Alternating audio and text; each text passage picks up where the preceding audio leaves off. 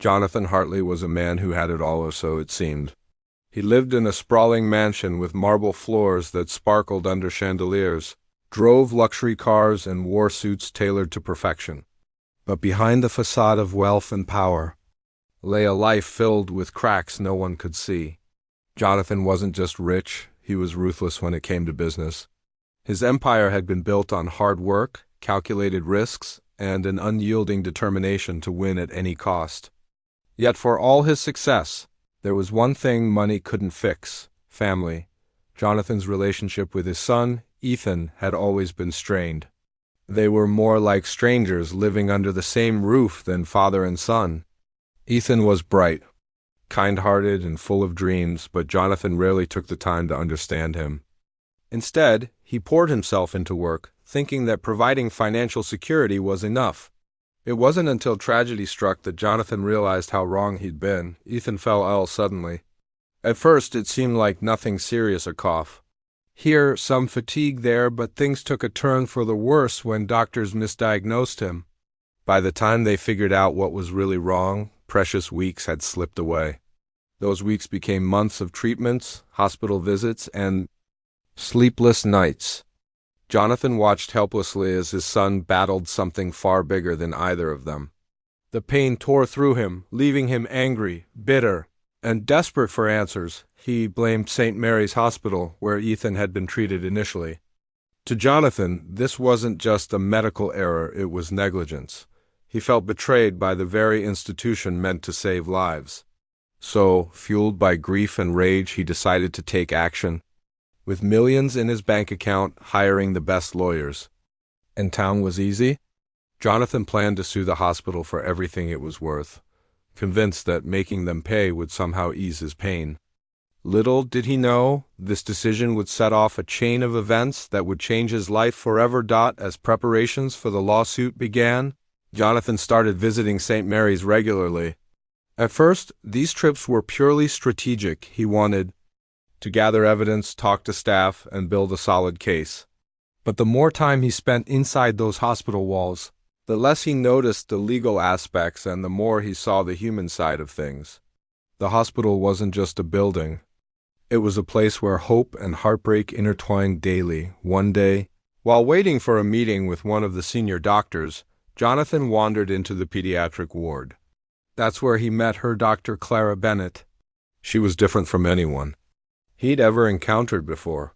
Where Jonathan was sharp-tongued and impatient, Clara was calm, composed, and deeply empathetic. Her presence commanded respect without demanding it. She worked tirelessly, often skipping meals and staying late to ensure her patients received the care they needed. Jonathan found himself both intrigued and irritated by her. Their initial interactions weren't friendly. In fact, they clashed constantly. Clara didn't mince words when she told Jonathan that suing the hospital wouldn't bring back lost time or heal broken hearts.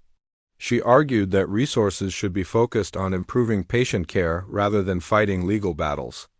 Jonathan, however, dismissed her views as naive. How could she understand? He was a father who had almost lost his child because of someone else's mistake. Despite their disagreements, Jonathan couldn't ignore the way Clara carried herself. There was a quiet strength about her that drew him in. He admired her dedication, even if he didn't agree with her perspective. And then there were moments when he caught glimpses of her vulnerability, like when she stayed up all night comforting a scared little girl undergoing chemotherapy. Watching her interact with the children made Jonathan realize how much love and patience went into her work. It was a stark contrast to his own cold, transactional approach to life. Over time, Jonathan found himself returning to the hospital, not just for the lawsuit, but also to observe Clara. Sometimes, he brought books or toys for the kids, claiming it was good PR for his image. Deep down, though, he knew it was more than that. These small acts of kindness gave him a sense of purpose he hadn't felt in years.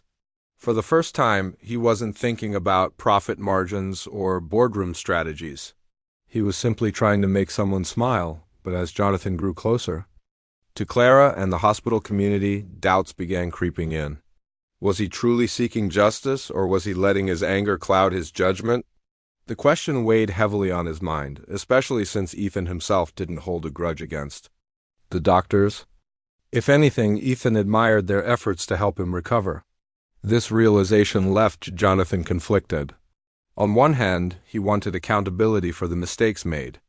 On the other hand, he couldn't deny the positive impact the hospital had on countless lives, including his son's. Little did Jonathan know, this internal struggle was just the beginning. His journey toward understanding and eventual transformation was only getting started. What began as a quest for revenge would soon lead him down a path of unexpected love, forgiveness, and redemption. As weeks turned into months, Jonathan's life began to shift in ways he never imagined.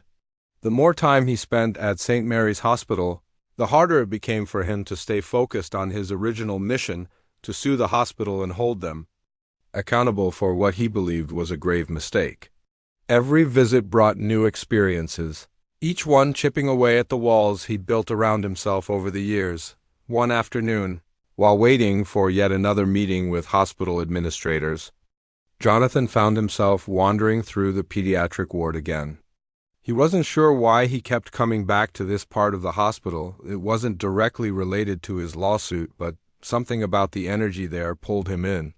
The brightly colored walls, decorated with hand-drawn pictures from children, stood in stark contrast to the sterile hallways of the rest of the building.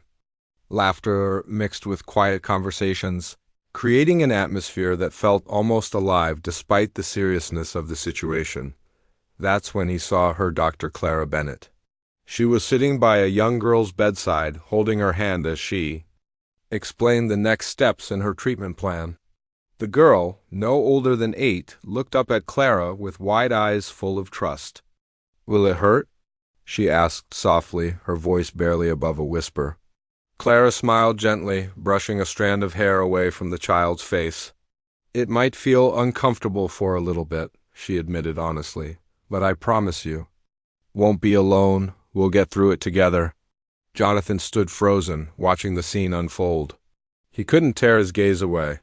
There was something profoundly moving about the way Clara spoke, not just to the girl, but to everyone around her.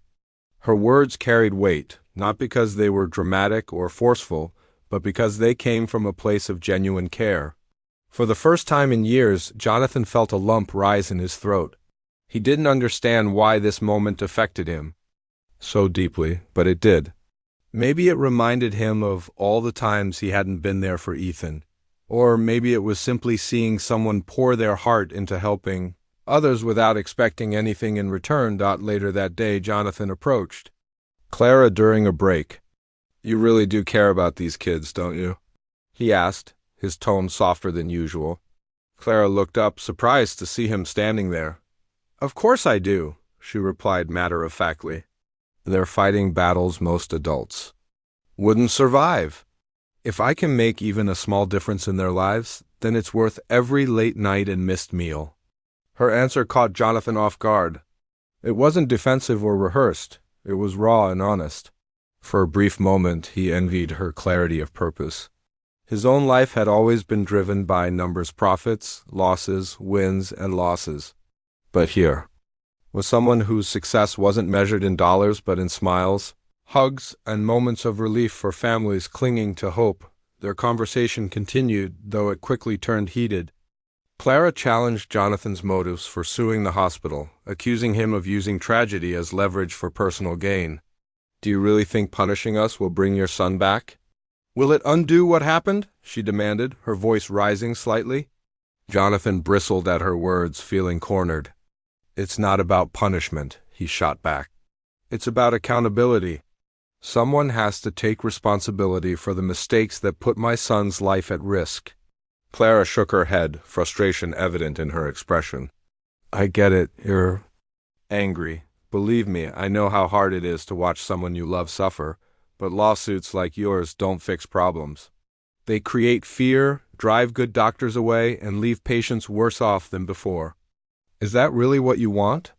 The question lingered between them, unanswered. Jonathan walked away that day feeling unsettled. Clara's words gnawed at him, forcing him to confront uncomfortable truths. Was he truly seeking justice, or was he letting his pain dictate his actions?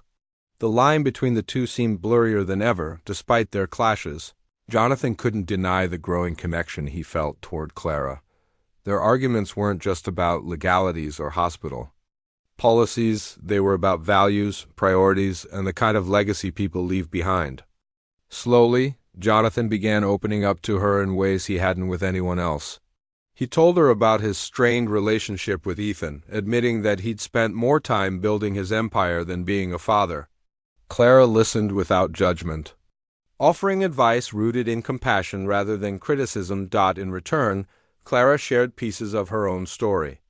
She talked about the long hours, the emotional toll of losing patients, and the constant struggle to balance work and personal life. Hearing her vulnerability made Jonathan realize she wasn't just a doctor or an opponent in his lawsuit. She was human, just like him. Beneath her calm exterior lay fears, doubts, and dreams she worked tirelessly to protect. As their interactions grew more frequent, Jonathan started making changes, small ones at first, but significant nonetheless. One day, he brought a box of toys to the pediatric ward, claiming it was good PR. Another time, he stayed late to read bedtime stories to the children, surprising even himself with how much joy it brought him. These acts of kindness weren't grand gestures, but they mattered. They gave him a glimpse into a world where success wasn't defined by wealth but by the impact you had on others. Ethan noticed the change in his father, too. Once distant and preoccupied, Jonathan now made an effort to spend quality time with him. They played board games, watched movies, and even cooked dinner together, simple activities that strengthened their bond. Ethan didn't say much about it, but the smile on his face said everything. For the first time in years, they felt like a family again, but just as Jonathan began embracing this new chapter, a complication arose. Internal documents revealed that the hospital might have indeed made errors in Ethan's case. The evidence was damning enough to guarantee a victory in court if Jonathan chose to pursue the lawsuit. Faced with this revelation, he wrestled with conflicting emotions. Part of him wanted to push forward, to ensure the hospital paid for its mistakes. But another part, a quieter, deeper part, knew that winning the lawsuit wouldn't heal the wounds of the past. The choice weighed heavily on him. If he dropped the lawsuit, he risked appearing weak or forgiving too easily. But if he continued, he risked losing the progress he'd made, not just with Clara and Ethan, but within himself. Either way, the decision would define who he was and what kind of future he wanted to build. Little did Jonathan know, this crossroads would lead him down a path he never expected, one filled with love, redemption, and a chance to rewrite his legacy. The tension between Jonathan and Clara reached its peak one rainy afternoon. It was the kind of day where everything felt heavier, the air, the mood, even the silence between them. They had been circling each other for weeks now, their conversations, swinging like a pendulum between heated arguments and quiet understanding. But this time, it was different. This time, Clara confronted him head-on. "You're still planning to go through with the lawsuit, aren't you?" she asked, her voice steady but laced with disappointment. Her arms were crossed tightly over her chest, as if trying to shield herself from what she already knew was coming. Jonathan hesitated. He had hoped to avoid this conversation, at least, until he'd made up his mind, but here they were. "I haven't decided yet," he said finally, though both of them knew it wasn't entirely true. The gears in his head had been turning nonstop since the internal documents surfaced. Every piece of evidence pointed toward negligence. Every legal brief reinforced his right to seek justice. Yet deep down, something didn't sit right about pursuing the case anymore. Clara's expression hardened. "You're lying to yourself, and you know it. You're clinging to this lawsuit because it gives you control over something you can't fix. But suing us won't bring back the time you lost with Ethan. It won't undo the pain you've gone through. All it will do is hurt innocent people who are just trying to help." Her words hit him like a punch to the gut. She wasn't wrong. He was holding on to the lawsuit because it gave him a sense of purpose, a target for his anger.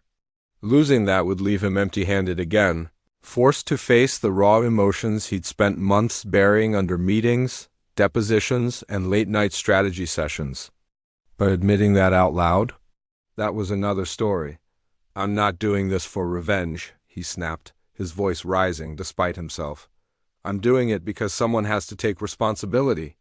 Mistakes were made, Clara, real ones. And, if we don't hold them accountable, what stops it from happening again? She didn't flinch at his outburst. Instead, she stepped closer, her gaze unwavering. And what happens after the lawsuit? What happens when all the headlines fade and the money changes hands? Do you think any of that will make things better for Ethan, for the hospital, or for you? Because I see it every day, Jonathan. People come here broken, scared, and desperate for answers. Some leave healed, others don't. But no amount of lawsuits or settlements fixes the cracks in their hearts. Only compassion does that. Her voice softened then, losing its edge but gaining an intensity that silenced him completely. You've seen it too, the courage of these kids, the strength of their families. You've brought them toys, read them stories, and smiled at them when they needed it most. Don't tell me you don't care.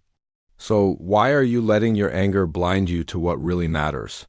For a long moment, neither of them spoke. The rain tapped against the window pane behind them, filling the silence with its rhythmic patter. Jonathan stared at Clara, searching her face for signs of judgment or manipulation, but all he found was sincerity. She wasn't trying to win an argument. She was trying to reach him. And for the first time, he let her. I don't know how to stop being angry, he admitted quietly, the weight of those words pressing down on him. It's all I've known for so long. My whole life, I've fought to build my business, to protect my family, to prove I'm enough. Letting go feels like giving up. Clara sighed, her shoulders relaxing slightly. Letting go isn't giving up. It's choosing to move forward instead of staying stuck in the past. Trust me, I understand loss. I've watched kids fight battles they shouldn't have to face, and I've held parents while they cried over beds that suddenly felt too empty. But holding on to bitterness doesn't honor their memory, it chains you to it. Forgiveness isn't easy, but it's freeing. Her words lingered in the air, settling into the spaces between them like sunlight breaking through storm clouds. Jonathan wanted to argue, to cling to his reasons and justify his actions, but he couldn't, not anymore. Something inside him shifted, a crack forming in the armor he'd worn for so long. For the first time, he allowed himself to imagine a future beyond the lawsuit. A future where he could focus on healing instead of retribution.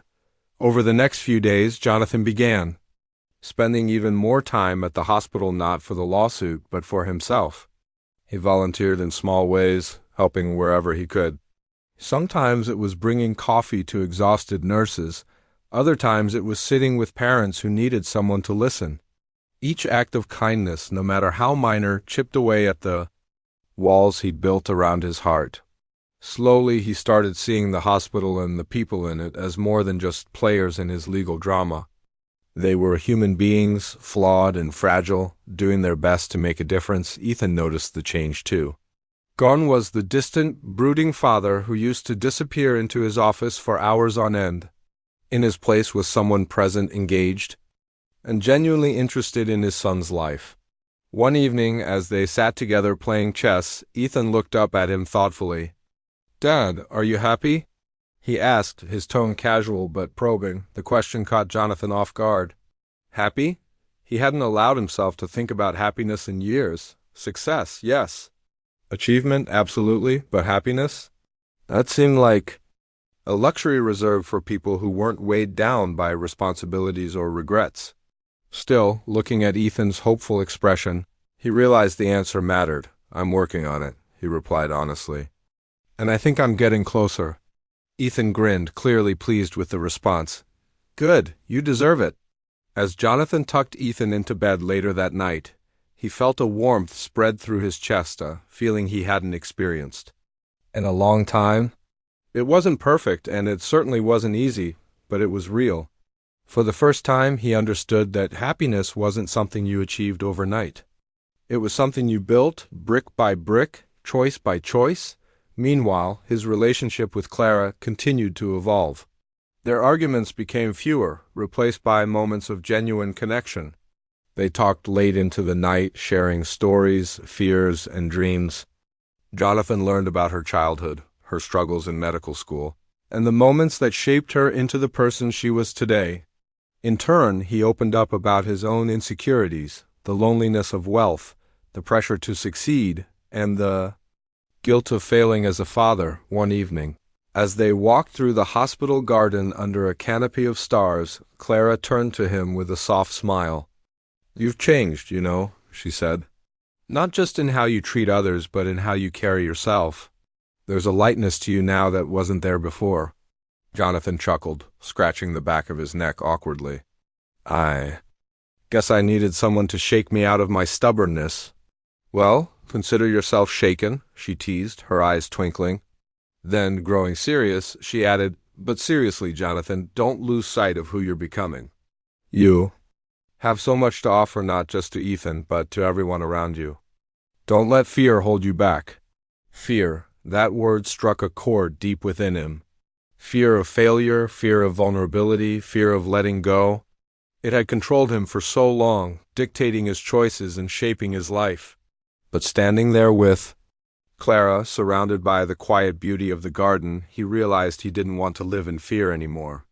He wanted to live fully with purpose, with love, and with hope. Little did he know, the hardest part of his journey was still ahead. Dropping the lawsuit wouldn't be easy, and the fallout would test him in ways he couldn't anticipate. But for the first time, he felt ready to face whatever came next, not as the bitter, vengeful man he once was, but as someone determined to build a legacy worth remembering. The courtroom buzzed with anticipation, the kind of energy that made everyone sit a little straighter in their seats. Reporters scribbled notes furiously, cameras clicked quietly from the back, and whispers filled the air as people speculated about what would happen next. Jonathan sat at the plaintiff's table, his expensive suit perfectly tailored but doing little to mask the storm brewing inside him. This was the moment he'd been preparing for months.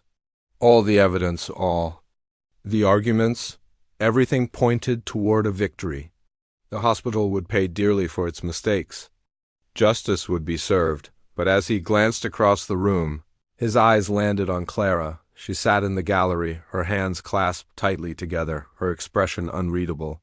For weeks now, they'd grown closer, sharing late-night conversations and stolen moments in the hospital corridors. But today, she wasn't just the compassionate doctor he admired. She represented everything he was fighting against, or did she? Jonathan felt a pang of guilt gnawing at him. He had promised himself this lawsuit was about accountability, not revenge. Yet, sitting there surrounded by lawyers and paperwork, he couldn't shake the feeling that something was off. Was this really how he wanted to define his legacy? By tearing down an institution that, despite its flaws, saved lives every single day? As the judge entered and called the court to order, Jonathan's lawyer stood up, ready to deliver the opening statement. His voice boomed through the room, laying out the case with precision: negligence, misdiagnoses, irreversible damage. Every word hit like a hammer, painting a picture of incompetence and failure. The crowd listened intently, nodding along, some visibly outraged. Jonathan should have felt triumphant. Instead, he felt hollow. Then came the defense's turn. The hospital's attorney argued passionately, highlighting the complexities of medicine, the unpredictability of illnesses, and the dedication of the staff who worked tirelessly under immense pressure. They weren't denying mistakes had been made. They were human, after all, but they urged the court to consider the broader implications of punishing an institution trying to heal rather than harm. As both sides presented their cases, Jonathan found his mind drifting. He thought about Ethan, who sat beside him, calm and composed. Unlike his father, Ethan didn't harbor resentment toward the hospital or its doctors. To him, they were heroes who had given him a second chance at life. How could Jonathan stand here, demanding retribution, when his own son believed in forgiveness? Then there was Clara. Her presence loomed large in his thoughts, even though she remained silent throughout the proceedings. He remembered her words during their argument weeks ago. "Holding on to bitterness chains you to the past." At the time, he dismissed them as idealistic nonsense. Now they echoed in his mind, like a warning bell. Was he letting his anger dictate his actions? And if so, at what cost? By the third day of the trial, Jonathan knew he couldn't go on like this. The weight of the decision pressed down on him, heavier with each passing hour. Finally, during a recess, he asked to speak privately with his lawyers. They gathered in a small conference room, their faces etched with concern as Jonathan paced back and forth. "I'm dropping the lawsuit," he announced abruptly, his voice firm despite.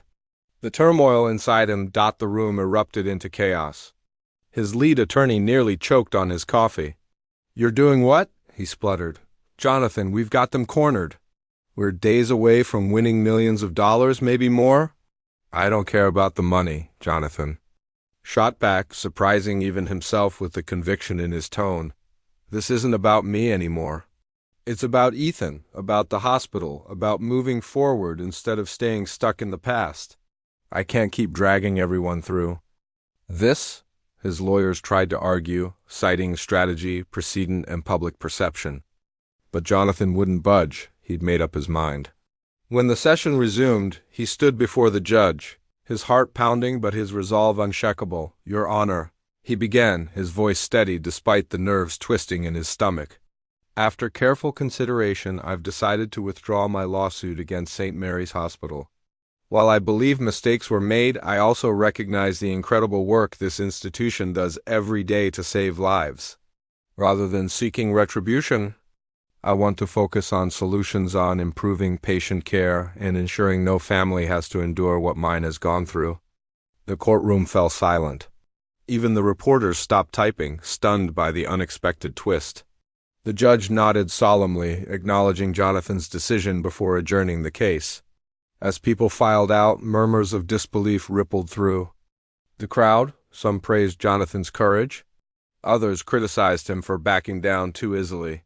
But none of that mattered to him anymore. When he stepped outside, Clara was waiting for him. She looked hesitant, unsure of what to say. Before she could speak, Jonathan pulled her into a tight embrace. "Thank you," he whispered, his voice thick with emotion, "for showing me another way." Clara hugged him back, tears streaming down her face. "I'm proud of you," she said softly. "Not because you dropped the lawsuit, but because you chose to rise above your pain. That takes real strength." Word of Jonathan's decision spread quickly. The media painted him as either a hero or a fool, depending on who you asked. But within the hospital community, gratitude poured in. Staff members who had once feared him now greeted him warmly. Patients' families expressed relief that resources wouldn't be drained by legal battles. And the hospital board extended an olive branch, inviting him to join their advisory committee to help shape policies and improve care standards. With the lawsuit behind him, Jonathan threw himself into this new role with the same determination he'd once reserved for his business empire. He funded upgrades to the pediatric ward, introduced programs to support grieving families, and worked tirelessly to implement safeguards that would prevent similar mistakes in the future. It wasn't easy, change never is, but seeing the impact of his efforts gave him a sense of purpose he'd never known before. Meanwhile, his relationship with Clara blossomed openly. No longer constrained by secrecy or professional boundaries, they allowed themselves to fully embrace their feelings. Late-night talks turned into shared meals, quiet walks, and laughter over silly jokes. Ethan adored Clara, treating her like the mother figure he'd always longed for. Together, they formed a makeshift family bound by love, trust, and mutual support. Of course, challenges remained. Not everyone approved of Jonathan's transformation. Some of his former colleagues mocked him for going soft, while skeptics within the hospital questioned whether his newfound generosity was genuine. Clara faced criticism too, with peers accusing her of being blinded by privilege. But neither of them let the negativity deter them. Their bond was rooted in authenticity, forged through shared struggles and unwavering belief in each other. One evening, as they sat together watching the sunset paint the sky in hues of orange and pink, Clara leaned her head on Jonathan's shoulder. "Do you ever wonder what would have happened if we hadn't met?" she asked wistfully. He smiled, wrapping an arm around her. "All the time. But then I think about where I was before, angry, bitter, lost, and I realize I might never have changed without you. You saved me, Clara, in more ways than one." She looked up at him, her eyes shining with affection. And you? Saved me too. Loving you has taught me that people can grow, that forgiveness is possible, and that life is worth fighting for even when it feels impossible. As the sun dipped below the horizon, casting the world in shadows, Jonathan felt a profound sense of peace.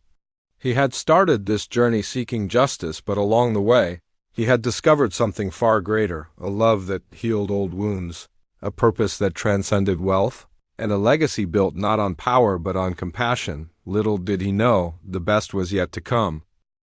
Years had passed since Jonathan made the decision to drop the lawsuit against St. Mary's Hospital, but the ripple effects of that choice continued to shape his life and the lives of countless others in ways he never could have imagined. What began as a bitter quest for justice had transformed into something far greater, a mission to create lasting change, foster hope, and leave behind a legacy rooted in compassion. The pediatric ward at St. Mary's was no longer just a hospital wing. It was now the crown jewel of the entire facility. Thanks to Jonathan's generous donations and tireless advocacy, the once dingy space had been completely renovated. Bright murals covered the walls, depicting whimsical scenes of castles, forests, and starry skies. The rooms were equipped with state-of-the-art medical technology, ensuring that every child received the best possible care. There were play areas filled with toys, books, and games, designed to bring joy even on the toughest days. And then there was the staff, a team of dedicated doctors, nurses, and volunteers who worked tirelessly to make sure no child felt alone or afraid. At the heart of this transformation stood the Hartley Bennett Pediatric Center. Named in honor of both Jonathan and Clara, it was a testament to how far they'd come together, not just as partners in love, but as collaborators in creating something meaningful. On the day of its grand opening, the hospital buzzed with excitement. Families, patients, and staff gathered outside the new building, eager to celebrate the culmination of years of hard work. Ethan stood beside his father, looking older and wiser than the boy who had once walked these halls uncertain about his future. Now a teenager full of confidence and purpose, Ethan delivered a heartfelt speech that left not a dry eye in the crowd. "When I got sick, I didn't understand why it happened," he began, his voice steady despite the emotion in his eyes. "But looking back, I realized it wasn't just about me getting better. It was about what we learned along the way, about forgiveness, kindness, and the power of coming together." He paused, glancing at his father and Clara, who stood hand in hand near the stage. "My dad used to be so focused on winning, on proving he was right. But he changed because of people like Dr. Clara and the amazing team here at St. Mary's. They showed him that true strength comes from letting go of anger and choosing to help others instead. That's why this center exists today, to give kids like me a fighting chance and to remind everyone that hope is always worth holding on to." The applause that followed was thunderous, echoing across the courtyard. When Ethan stepped down from the podium, Jonathan pulled him into a tight hug. "I'm proud of you," he whispered, his voice choked with emotion. "You've grown into such an incredible young man." As the ceremony continued, speeches gave way to tours of the new facility. Parents marveled at the thoughtfulness behind every detail, from the cozy family lounges to the private consultation rooms where difficult conversations could take place without judgment. Children giggled as they explored the play zones, their laughter mingling with the sounds of music and celebration. For many families, the center represented more than just a place for treatment. It symbolized a beacon of light during some of life's darkest moments. Later that evening, as the festivities wound down, Jonathan found himself standing alone on the rooftop garden of the new building. The city stretched out before him, bathed in the golden glow of sunset. He thought about everything that had led him to this moment, the pain, the anger, the fear, and how each step of the journey had brought him closer to where he belonged. He thought about Ethan, whose resilience had inspired him to be a better father. He thought about Clara, whose unwavering belief in humanity had softened his hardened heart. And he thought about all the children who would walk through those doors, carrying dreams and hopes that deserved to be nurtured. Clara joined him moments later, her presence instantly calming. She leaned against the railing beside him, gazing out at the horizon. "It's beautiful, isn't it?" she said softly, referring to both the view and the occasion. Jonathan nodded, a content smile spreading across his face. "More than I ever dreamed possible. You know, when I first came to this hospital, I thought it was broken.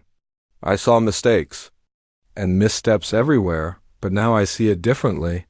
This place isn't perfect, it never will be, but it's filled with people who care deeply. People like you."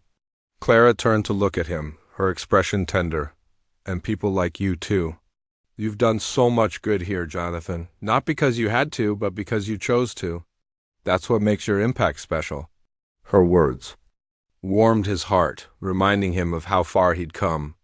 Once consumed by bitterness and regret, he now stood as a pillar of support for others. His wealth hadn't defined his success. It was the connections he'd forged, the lives he'd touched, and the love he'd embraced that truly mattered. Over the next few years, Jonathan and Clara continued to work side by side, expanding their efforts beyond St. Mary's. Together, they founded a foundation aimed at improving pediatric healthcare nationwide. They traveled to conferences, shared their story, and inspired others to follow in their footsteps.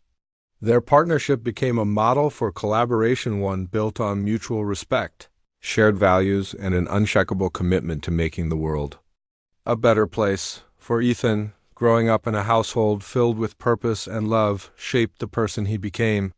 He pursued a career in engineering, using his skills to design innovative solutions for hospitals and clinics around the globe.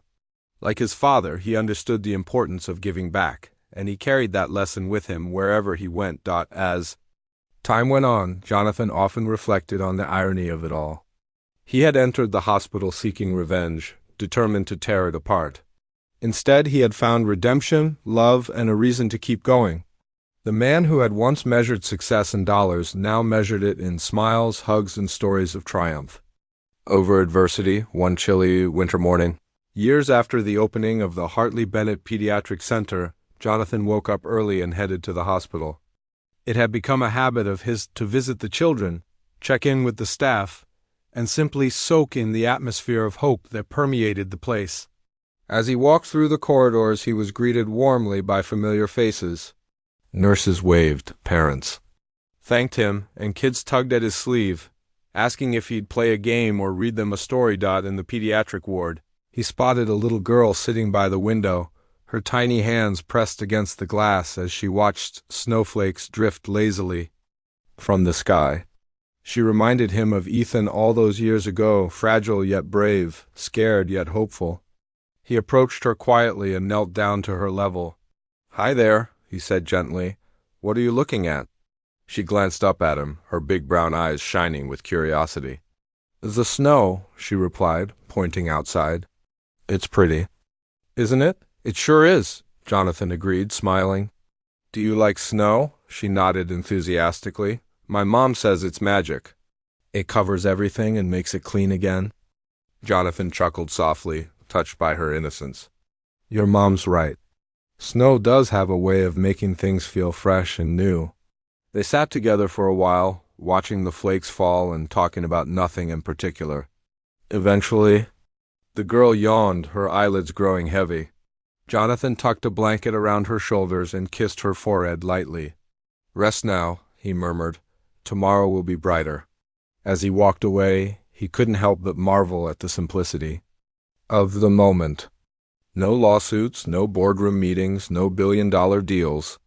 Just a man and a child sharing a quiet connection under the spell of falling snow. In that instant, Jonathan knew he had finally found what he'd been searching for all along, a life filled with meaning, love, and the knowledge that his actions could make a difference. Back home that evening, as he settled into bed beside Clara, he reached for her hand and held it tightly. "Do you remember the first time we met?" he asked, his voice soft. Clara smiled, leaning her head against his shoulder. "How could I forget? You were impossible." Jonathan laughed, squeezing her hand. "And you were impossible to ignore." They lay there in silence for a while, listening to the sound of the wind rustling outside. Then, just before drifting off to sleep, Jonathan whispered, "Thank you for saving me." Clara kissed his cheek, her touch gentle but firm. "Thank you for trusting me enough to let me." And with that, they closed their eyes, knowing they had built something extraordinary together, something that would endure long after they were gone. A legacy of love, life, and hope.